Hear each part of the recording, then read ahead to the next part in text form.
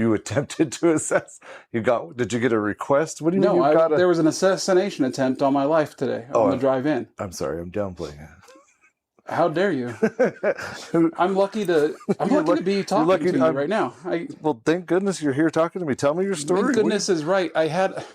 Who would want to assassinate you in that anyway? Who doesn't, man? I'm a marked man. You're one of the nicest people I know. It's next to Sam. It's dangerous. So I did see I had a pellet fly into my window today. Like a BB pellet? Yeah. So I put out your eye on the highway. Okay. I'm sorry. Go back to 2 weeks ago. I had okay. Pre-story. My 71 Ford pickup truck, reliable as heck because I'm the mechanic, broke down and on the side of the road, and I figured it was out of fuel because it sputtered to a stop instead of exploded to a stop. Okay. And on the side of the highway, side of the freeway, cars flying by at 90, 300 miles an hour. Yeah, if not faster. I'm about to die, of course, because they're coming at me fast and hard. Disregard for pedestrians on the side of the road. Yes. Calloused and jaded and out for blood. And then one saint of a person whose name I forgot, and please email us or whatever so that I can become your friend again. Yeah. But came over in his white... Somebody saved you? Somebody saved me. My hero. I was fiddling around with it and I figured I had spark. I pulled a plug wire off. I had spark and I had plenty of battery left and everything, but I just figured, okay, maybe I'm out of fuel. But for some reason at that moment I did not test if I had fuel flowing. And so anyway. The assumption is in an older vehicle that you ran out of gas because the gas gauge is inaccurate. Correct. Okay. And then, good assumption. And then, gentleman pulls up in a new vehicle from the future. Is it a white Stallion? A white Nissan Frontier, and pulls up and says, "Hey man, you need a ride or whatever?" And I go, "Dude, that'd be awesome. Nice. Just get me to the gas station. I'd really appreciate it." And And high school kid driving this thing. It's probably a 2010 Frontier. Of course, it could be a 2004 or a 2020 Frontier. You don't know. They all look the same.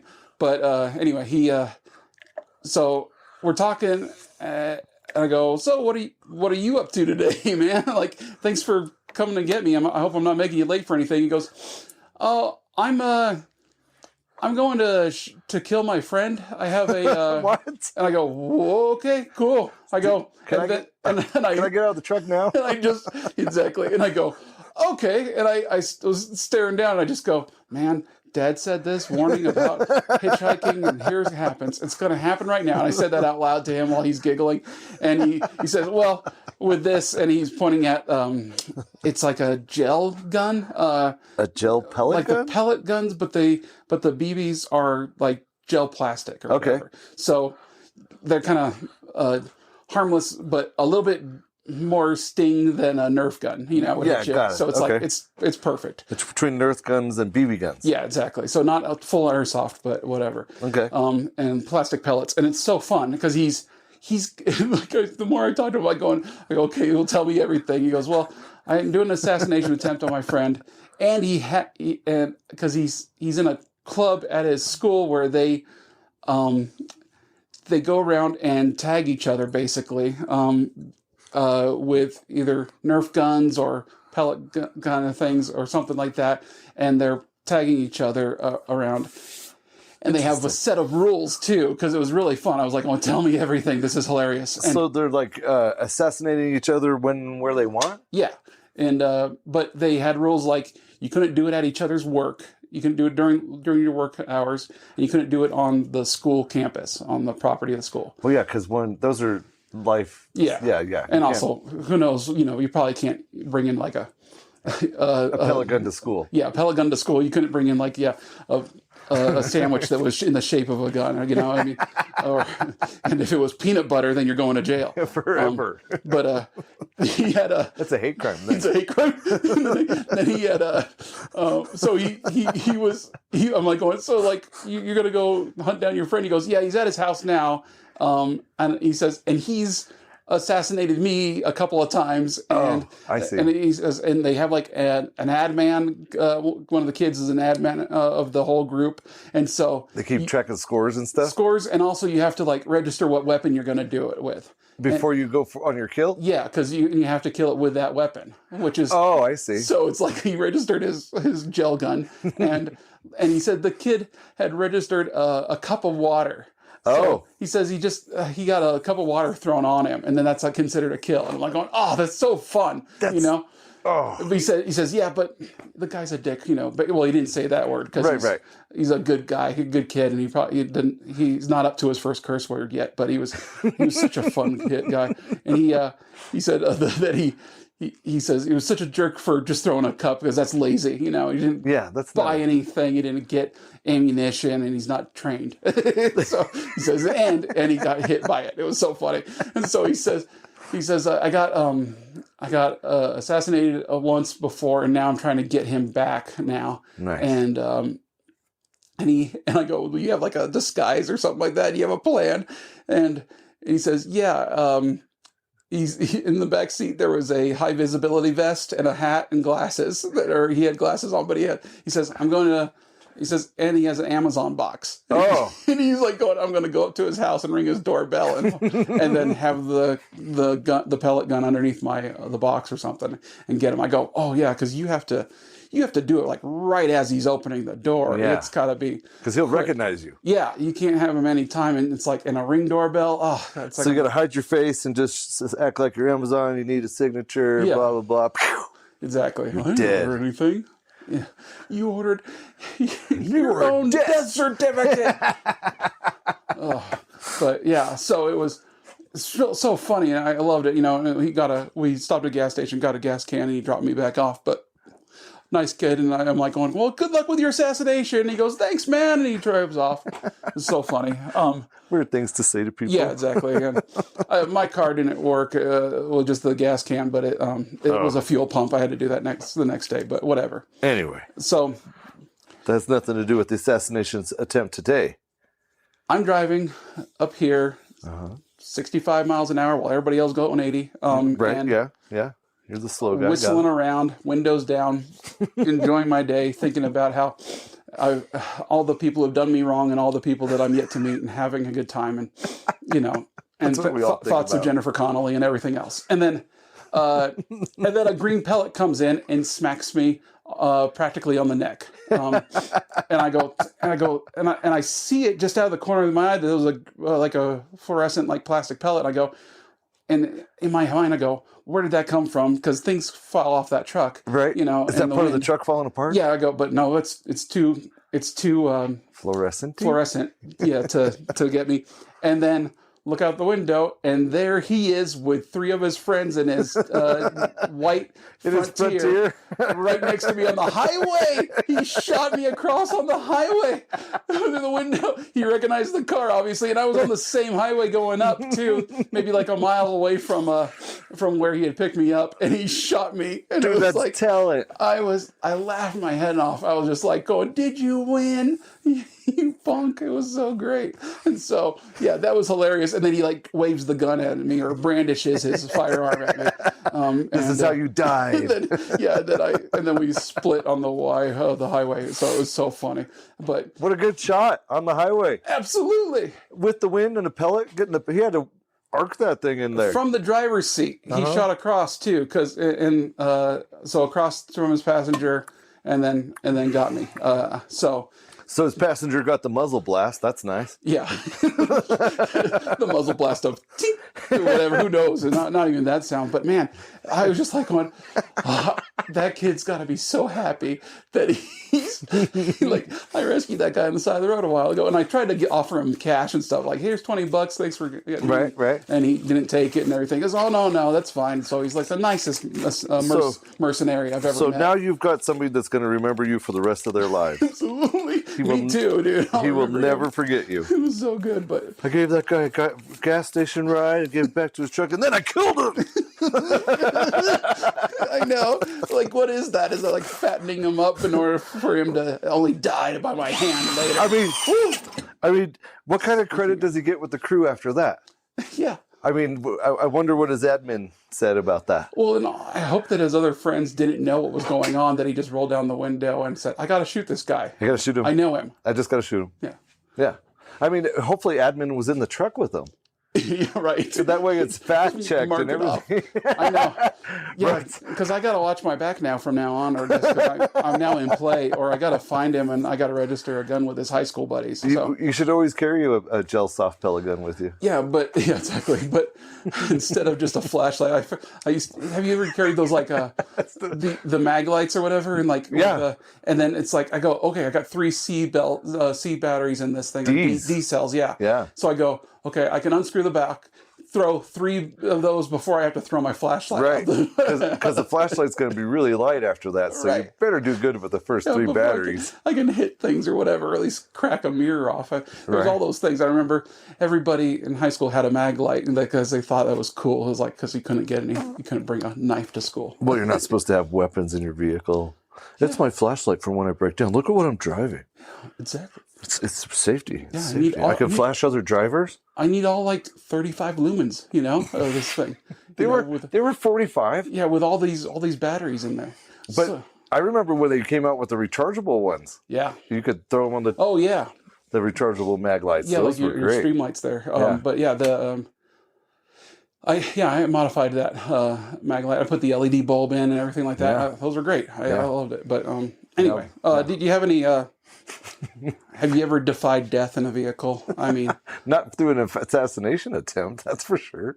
Cool. I mean, because it happens every once in a while. I mean, especially, I don't know of any other place where I've come closer to death, obviously, than by my own hands in a vehicle. Right? Yeah. No, not because I was depressed or listening to The Cure late at night, crying. Not because I had the exhaust hose in the window. Jeez. Yeah, that's next episode. Let's not talk about that now. That's a whole nother podcast.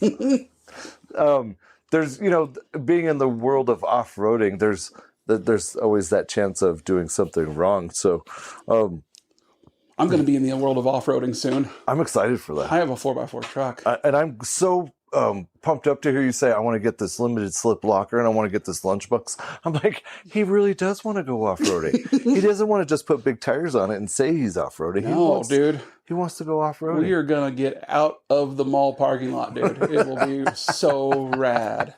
I'm excited. Speaking of the mall parking lot, you used to be able to go up behind Boulder to Left Hand Canyon, and go wheeling and stuff like that. And they used to have Upper Carnage Canyon and Lower Carnage Canyon. And Carnage Canyon. Yeah, they were. That sounds like they just created game. Carnage. Yeah. Okay. And the upper one was worse because it was steeper and it went over the peak of the mountain and stuff like that. But there was one time Anthony and I and our buddy Chad were up there and screwing around, just doing the wheeling thing, Anthony, I had Blazers. Chad had a Ram Charger, which is the Dodge equivalent of the Blazer.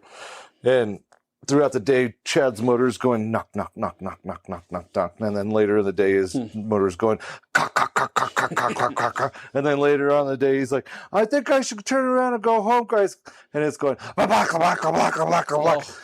kind of vehicle? It was the 318 in his Dodge Ram Charger. Oh, really? Okay. And lo and behold, he made it about halfway home on Highway 36, nice. And he windowed the block and everything like that. Yes. Whatever was happening, it was going to happen regardless, right? But Anthony and I were finishing out the day, and we're coming down this one trail, and on the passenger side is the mountainside going up, on the driver's side is the mountainside going down. Yeah. And I move over to the driver's side of the trail, to the edge of the steepness to let a vehicle go around, and I went too far over to that side, and next thing I know, the truck is wanting to go, tire, door, roof, door, tire. Oh. It's wanting to roll really easy, and it just keeps, the more I do forward or backwards or anything. It just keeps going more down the hill sideways, and it keeps getting tippier and tippier. and we didn't have winches and stuff like that at that time. We didn't have all the recovery gear that we should have had. We were still just kind of newbies. Like, oh, we got tires. Let's go wheeling. Yeah, whatever it is. So like 4 hours later, and a broken steering gearbox, and I don't know what else. It was insane. That was one of the worst ones. 4 hours? Okay. Because it took a good 4 hours of trying to go forward, backward to get it up on the trail just by one other truck pulling it with a chain. Okay. We didn't even have a tow strap. We had chains. Ugh. So it broke the truck, basically. All my steering was fucked after that because I'm at one point using the steering to keep it from going downhill, and it's just tipping. I can just, every time as I'm telling this story, I'm in my Blazer, and I know that my left tires, my 35-inch tires, are buried in dirt. Yeah. And because it keeps just plowing downhill sideways, thank God, instead of rolling. But the passenger tires are very light, and there's nothing underneath them. And if you can imagine yourself teetering with and all you're looking at out the driver's window is the really, really, really steep, I guess that would be 9% grade. Yeah, but also imagine yourself teetering is the name of my new emo band. Sorry. Anyways, Yes. moving right along. But yeah, right when you're right on the edge and you have like that kind of almost weightlessness feeling, and you're like going, "I'm gonna die. I'm going to die. I'm gonna teeter." Are they touring with the Meat Birds? Yes. Okay. But we finally got out of it, but it was just, that was my first time getting in a hairy, stupid, sticky situation, and it was just my stupidity that I went that far and stuff like that. And it broke the steering gearbox in half, which it was in two pieces, but it was still bolted to the frame and it was still functioning. Wow. But it had no fluid. Okay. And on that truck, I had hydraulic assist brakes and steering. Oh, all in one reservoir. All in one. The pump did both the brake boost and the steering boost. Okay. So I'm coming down this trail that has rocks the size of bowling balls, rocks the size of softballs, rocks the size of baseballs, and then in between, and it'll go flat and smooth, and then you hit one of those rocks, and the steering goes, whoom, and it turns, and it would throw my elbow into the door. So I don't know how many times I elbowed my door on the way off of that trail, and by the time I get off the trail, I'm like, oh, I could barely move anything. And then you have to use Armstrong strength to drive with no power steering, right? And then, so like if you've ever lost your power steering belt. What's a power steering, first off? I guess it's electronic rack and pinion steering now, huh? Well, no, I don't have power steering in the truck. Oh yeah, but also but manual steering's different because it's geared different and everything. And if you lose power steering, and it's not manual, it's worse. But older Fords and things losing. So that trip on the way home, we had pagers. Yeah, nice. We get a page from Chad. Well, I'm broke at the mall on Highway 36. Oh, you could get that much text on your pager? No, we stopped and called him. Oh, He stayed at the payphone, and he kept it. So then on the way home, we had to stop and pick up Chad and drag Chad's truck. We show up at my house with there's something happened to Anthony's Blazer too, but not that bad. Okay. But it was only because he was helping me. Gosh. Yeah. Ugh. Dead trucks come home. There's the other. Yeah, you could have been left out. You could have, and especially with pre-cell phone stuff, pagers or whatever, because the only way to communicate is to go find a landline and then call and get the voicemail to leave to read the message back. Which I did have a pager for a little bit, and because I refused to jump into new technology, because the cell phones were going to fry your brain, which they did. Well, here you are still though.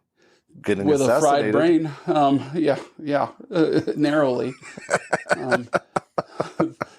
because I built up this thick skin over time. Well, I'm glad you made it here. So the pellet ricocheted off me, but that, I don't. I mean, those death trap things or whatever, because it's always off road that you're gonna die.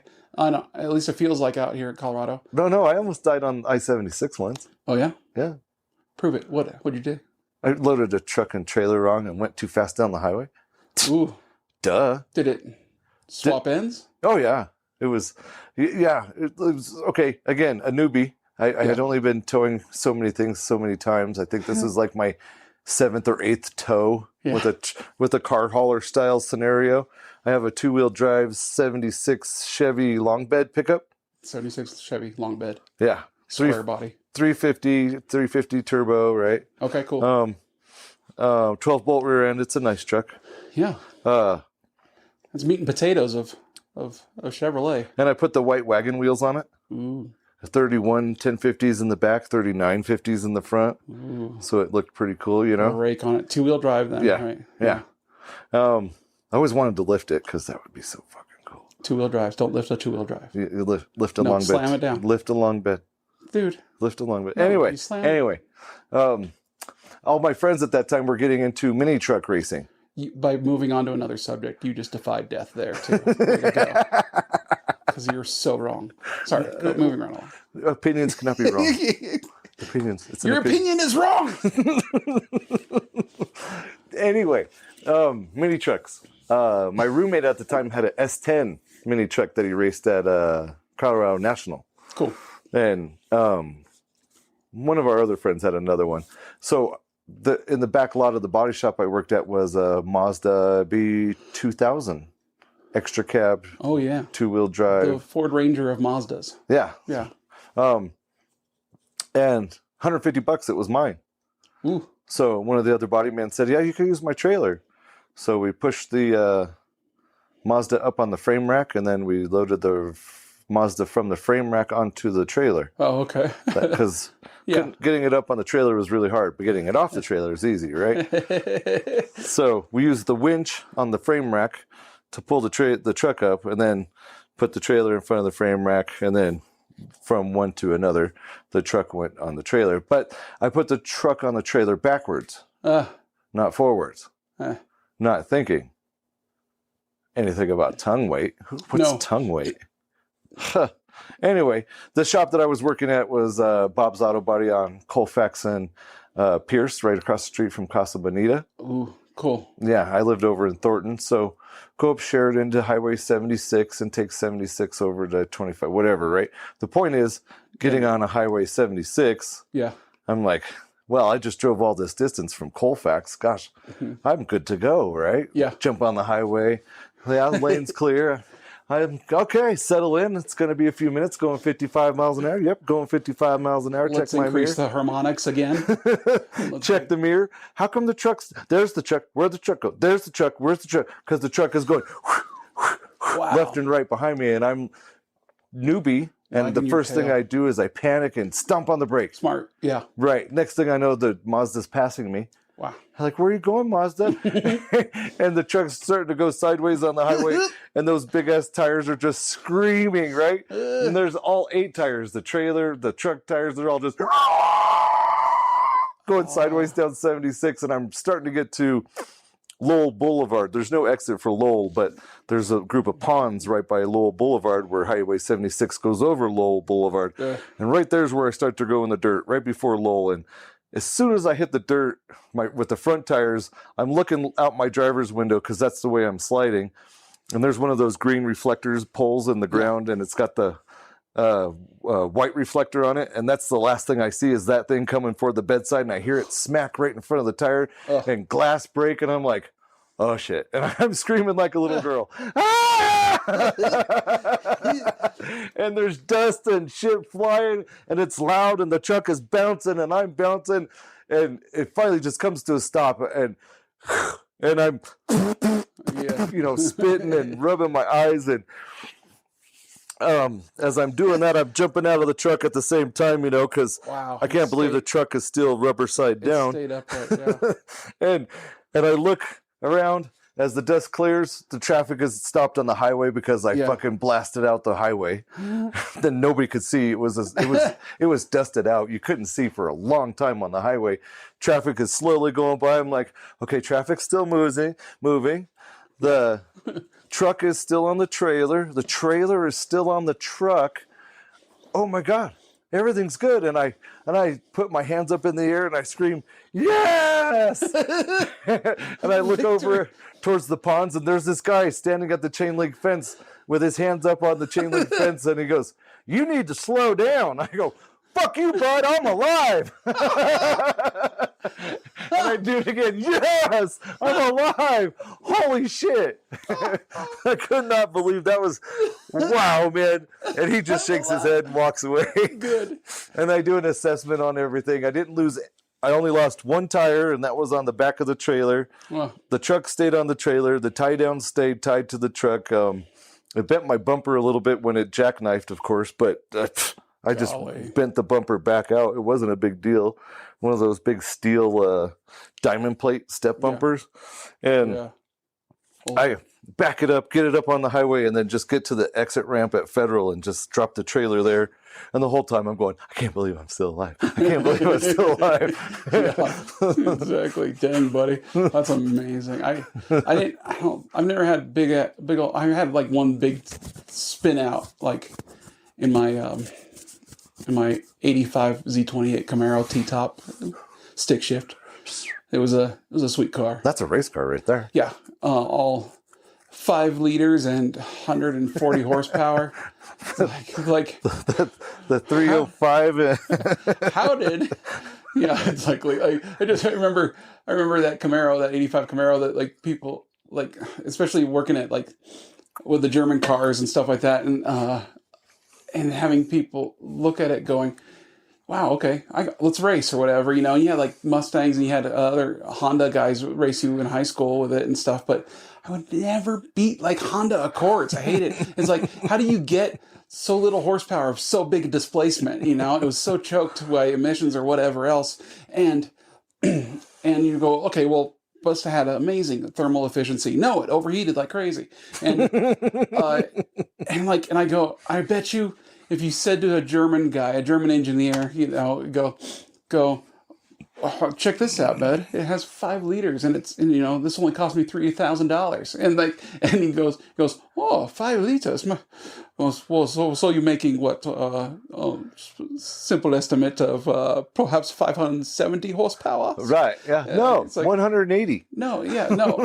He goes, okay. Well, surely you can't. I mean, per liter, you make 180. And I go, no. Like in total, I think it was rated at 165 from the factory, brand new. Isn't that crazy how they would do that? Yeah. Giant motors with no power, no nothing. It had torque, and it was fast to 30 miles an hour. But it couldn't carry itself after that. Yeah, whatever. You know, it was a fun car because it was just like, because it was like the first car. It had barely any paint on it. Oh, nice. And had and T-tops. So you can't go wrong there. Take the T-tops off, and you can stand up, and you can throw things or whatever else as you're driving, and or people hanging out of it and jumping in. And it's a Dukes of Hazzard car. You know, it's like when a friend, when his dad would scream at him, then, you know, I get a text, and then it's like, hey, come on over. And then like 10 o'clock at night, we go.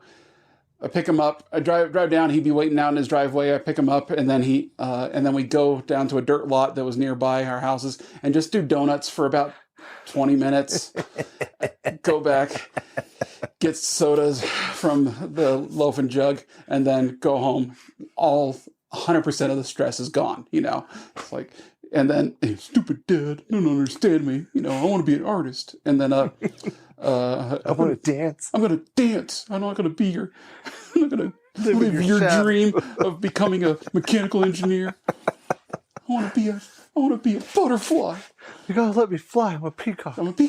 And then and so like just doing that. But yeah, that Camaro was fantastic. But it tried to kill me a couple times. I driving to school, I spun out onto I-25, and it on black ice, and it just spun. I started counting because I was going, this is not stopping. And I remember I go, that was 2. Okay. And then it's just, you know, came on probably 60, 70 miles an hour on the on-ramp, trying to match the speed on black ice. A nice calm speed for a winter day. Yeah, exactly. And then, and it's spinning out hard and fast. And I think I spun 5 times around before the tail light tapped into the inside lane guardrail. Jesus and Christ, that's dude. all it did. And I was, same kind of thing where you just kind of are I'm alive. a million miles an hour, heartbeat, and then you're catching up to your body because your soul left into the future and then came back to you, and then just rocked it out of rocked it out of the median, and then went to school like nothing happened except buzzing with adrenaline. It was just That's an understatement, dude. Yeah. Getting through a situation like that is just insane. Yeah, it was great. It changes your perspective on everything. Right. And it was just 1 minute before that, life was like this. Yeah. And then the trailer's doing that. Mm-hmm. And then there's a dude saying you need to slow down, and fuck you, bud, I'm alive. Yeah. 1 minute you're on the on-ramp, and right. 5 rotations and a cracked lens later.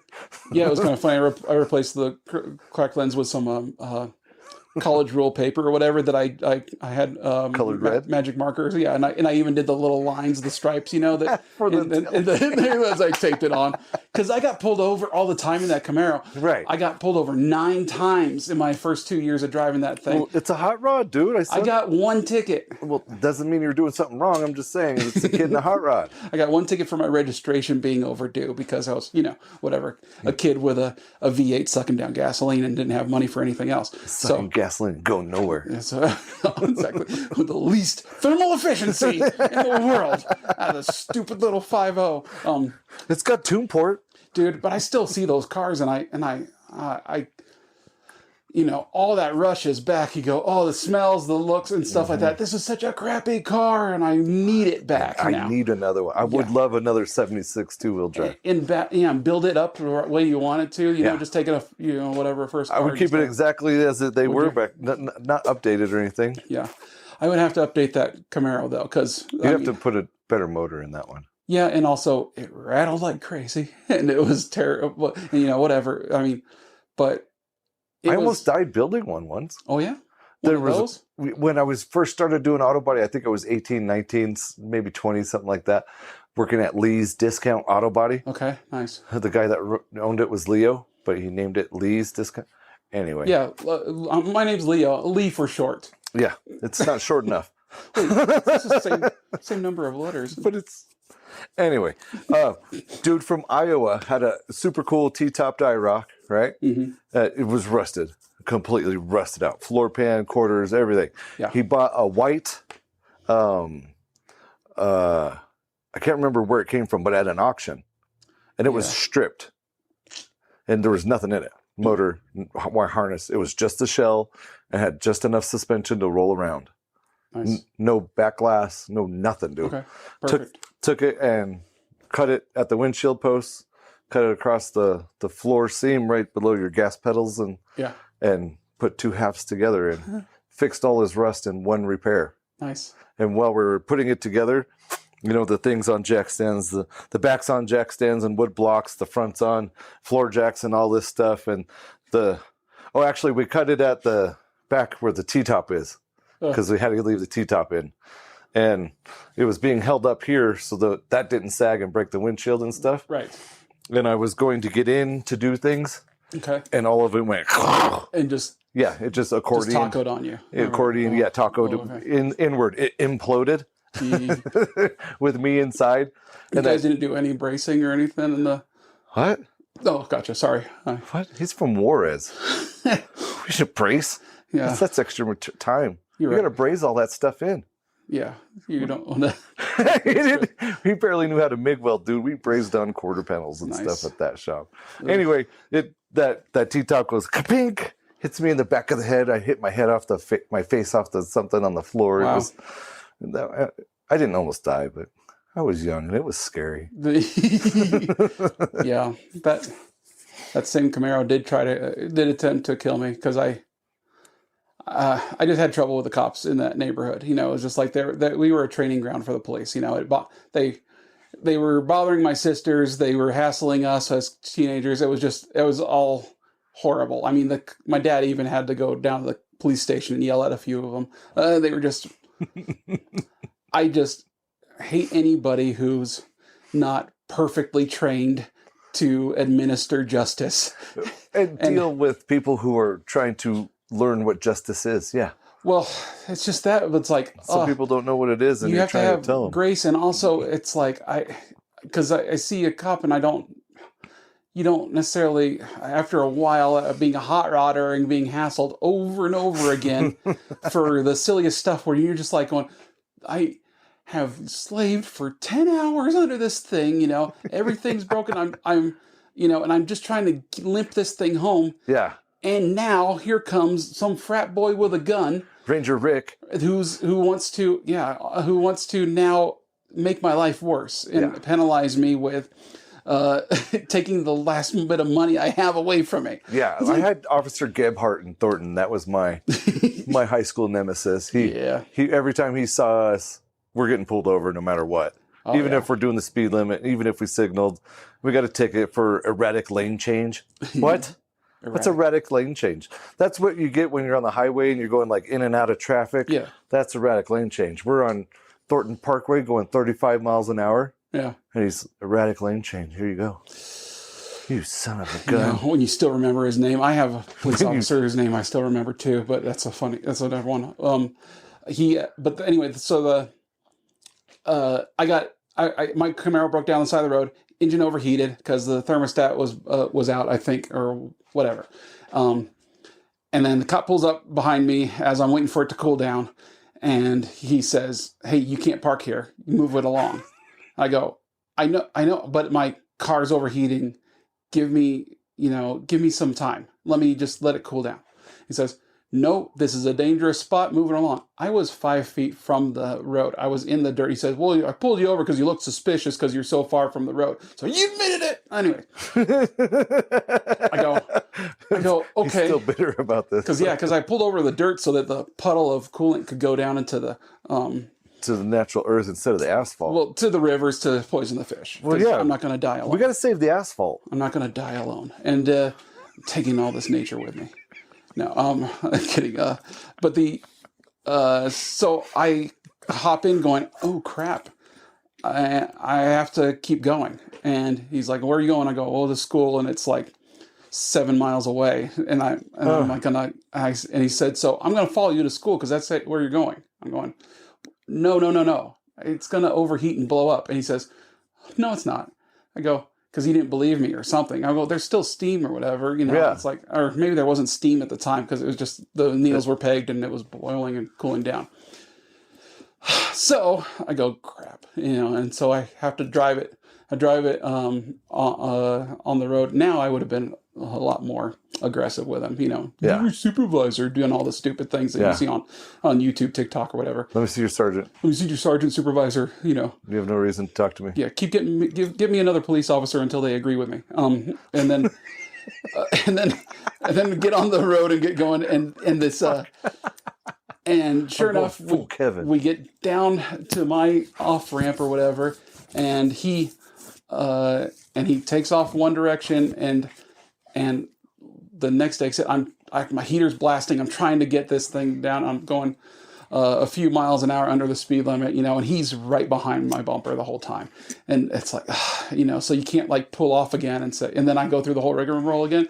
And then he's like, "Well, tow your car," or whatever else. And so, calling my dad going, "Cop's going to break my car," and then, yeah, sure enough, steam comes billowing out of the hood. Cop's gone right when it starts happening.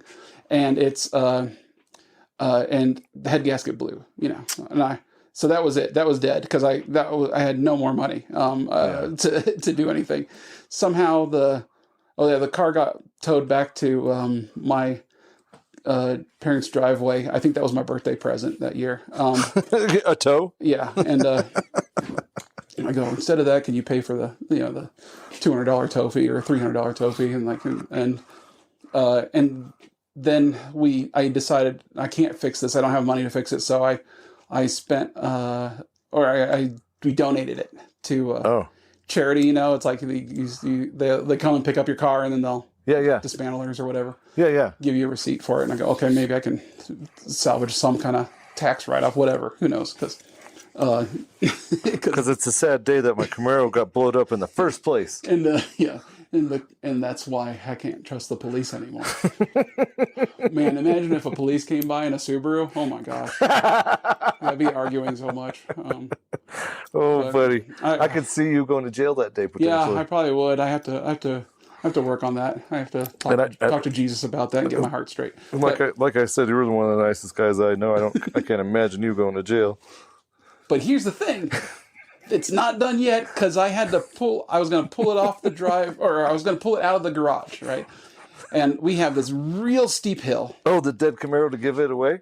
To give it away, the dead Camaro. Okay, I see. After not coming up with the money to fix it, and after 2 weeks or whatever, it's sitting in the garage. And there's more. Okay. The folks are like going, okay, get rid of this junk or do something. But it's my Camaro. So that's when you decided to give it to charity. I see. Okay, I'm sorry. Like 9 o'clock at night, because they're coming up the next morning to pick it up. I pull it out of the garage, by myself. It's not running. I put it in neutral, close the door, hop out, and then walk it out.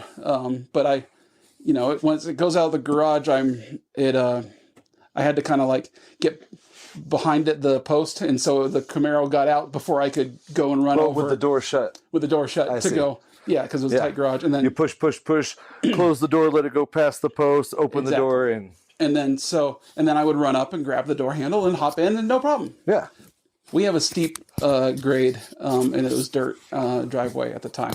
You got a little cement pad, and then it goes into like 90 degrees. It's so steep of a driveway. It's just a straight drop off. Yeah. And it might have been 93 degrees, a little invert. But Come on. No, it was steep though. It's still steep. It's like it's 9% grade. I got it. 9%, please. Ugh. Floyd Hill 6? I wish it were 9%. This thing's a cliff face. Anyways, no, it's a steep driveway and dirt. And we go.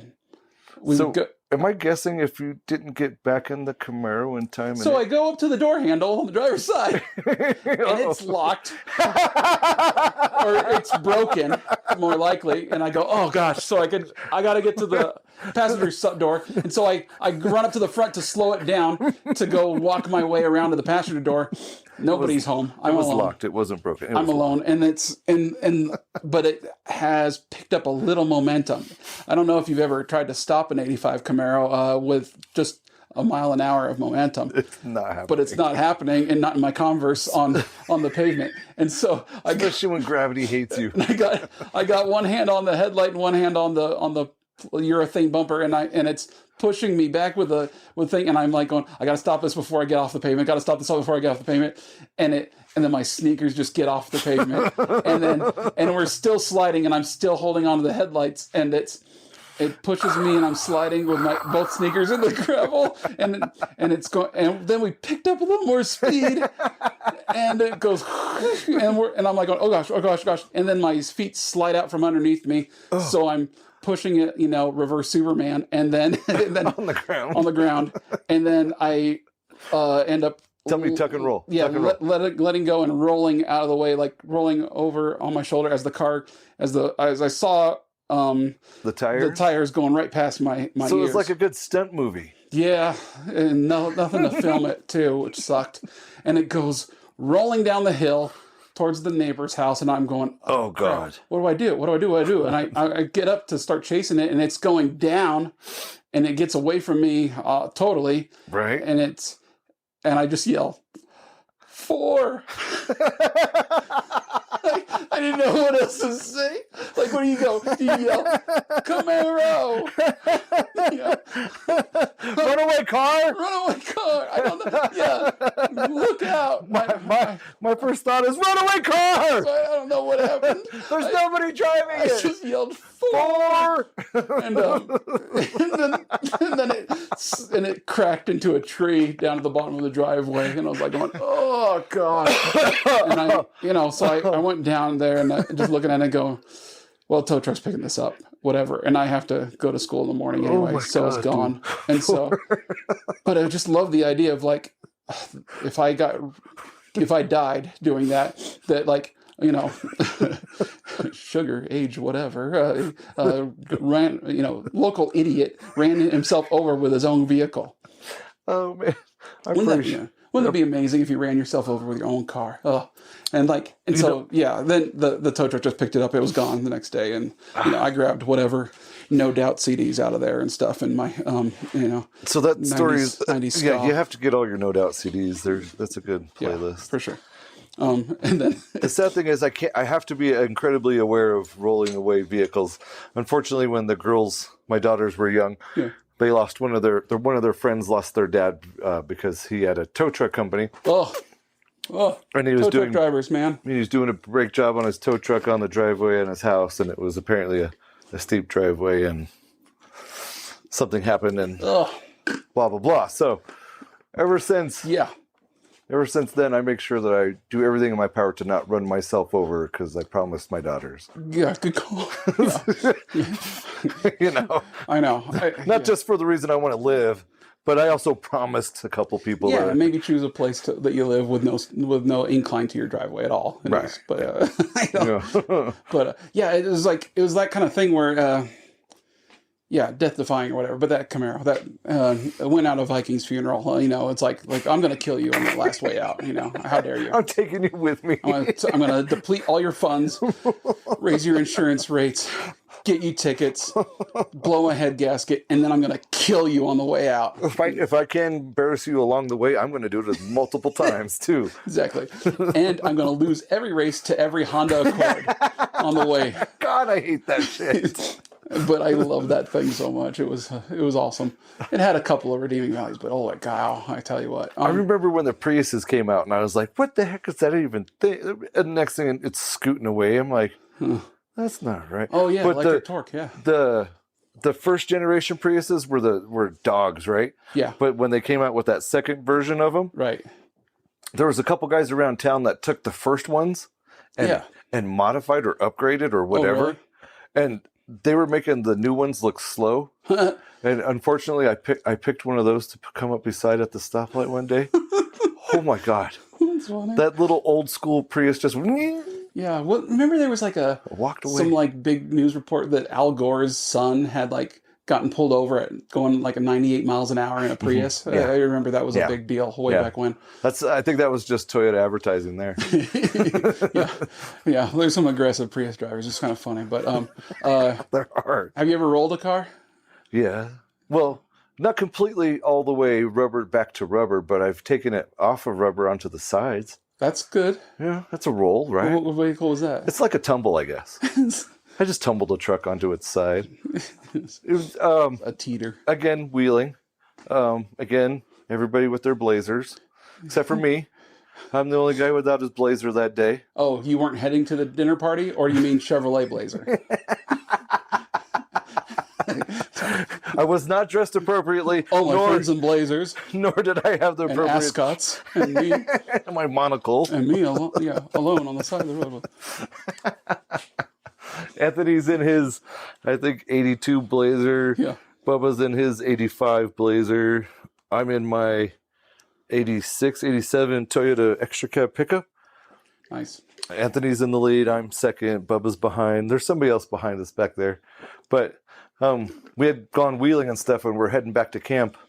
And we're just going 2, 3, 5 miles an hour. We're not even going that fast. And it's not even a hard trail. We're just lollygagging going back to camp, and it's a trail that you could drive, most street cars on. And, so your guard's down. Yeah. So we're just lollygagging, and there's this little berm on the left side, the driver's side of the trail, and Anthony steers his truck and goes up on the berm in the big Blazer, and I'm like, oh, that looks like fun. When I finally get to that spot, 5 seconds, 10 seconds later, because we're going that slow, I go up on the berm, but at the top of that berm is a 4-inch in diameter aspen tree.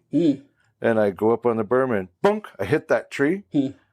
And then next thing I know, the truck is just going over to the passenger side. And I'm like, am I really starting to...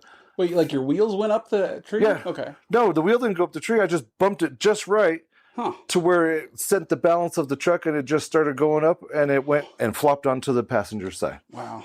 And I'm just sitting there, I'm holding on, and I go, I don't have my seatbelt on.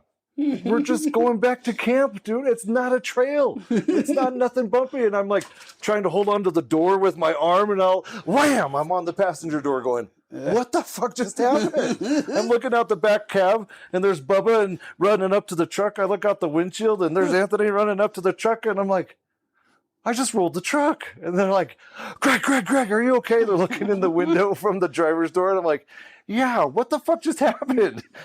Gee whiz. He goes, what do you mean what happened? You rolled it. I go, but how? What the hell just happened? He goes, you hit that tree and it sent you over. And I'm like, holy cow, I can't believe this. And I go, the truck is still running and the key's not in the ignition.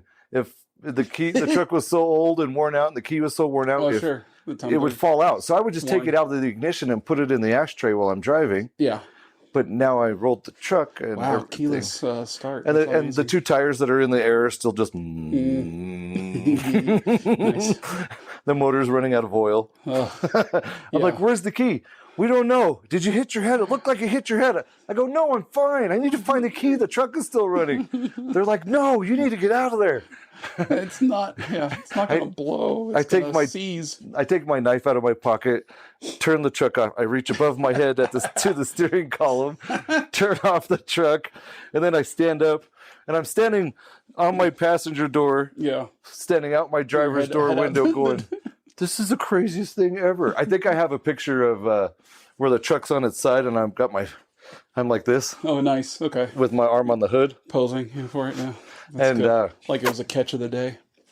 It was the stupidest thing, and everybody's laughing about it. And this guy in a Unimog comes up the trail. He's got winches on the front and the back and all this stuff. Unimogs. Oh, let's do 3 or 4 episodes about Unimogs. Okay. I just want to talk about Unimogs for the rest of my life. And then he leaves without helping. I'm gonna find a nice girl who likes Unimogs, and then we're gonna raise Unimog babies. It's gonna be amazing. All right, sorry, I drifted off.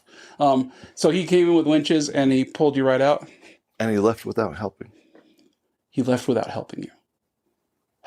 He didn't see how he could do it safely. Freaking Germans. So he left without helping. I can't believe it. So we had a bunch of like 30-foot pull straps and stuff like that. Yeah. On that truck I had welded on step bars, Nerf bars. Freaking German Unimog driver, man. He's probably getting back at us for the war. That's so we horrible. used a tree as a snatch block and put like 4 straps together. Yeah, and go from the rocker of the Toyota up around the tree to Anthony's Blazer. And Anthony pulled it back onto its wheels. Nice. Drove it back to camp with a shattered windshield that I just put in 2 days before. Oh. Yeah. So that's the ironic part is that. Yeah, if you want to roll your vehicle, put in a new windshield. It was $1,000 truck to start with, right? Like washing your car if you want it to rain. I'm just going to buy this truck, rally it, and throw it away. Well, I fell in love with the truck. So next thing I know, I put $2,000 worth of suspension parts underneath the front of this independent Toyota pickup. I'm like, this is great. It's driving wonderful now. It's going wherever I want. This is great. I've had a cracked windshield in it for the last 2 years. Maybe I'll put a new winder in it. Yeah. Thursday, glass guy comes, puts a winder in it. Friday, we go camping. Saturday, I roll it. Sunday, I drive it home. Monday, I disassemble it. Tuesday, I take it to the crusher. Wow, that's literally horrible. Yeah, I was so upset about that scenario that I stripped that fucking truck down, pulled the motor trans, the axles, all the suspension parts I just put on. Son of a gun. Sold the motor for $600 and got paid $400 to install it. Man, I tell you what, I imagine there's a million other death-defying stories that we should come up with. We'll think of more of them, but it's like we'll have another episode. Yeah, for sure. But it's like, I never had any other medical issues or anything like that didn't involve a car. You know, as far as seeing a white light or something like that. Every time I had a medical issue, it was automotively involved. Yeah, exactly. So it's not like we're going to stop. But even when I blew my knee out, it was because I was in the garage. Dang. All right. Well, we'll talk more about this later. Roger.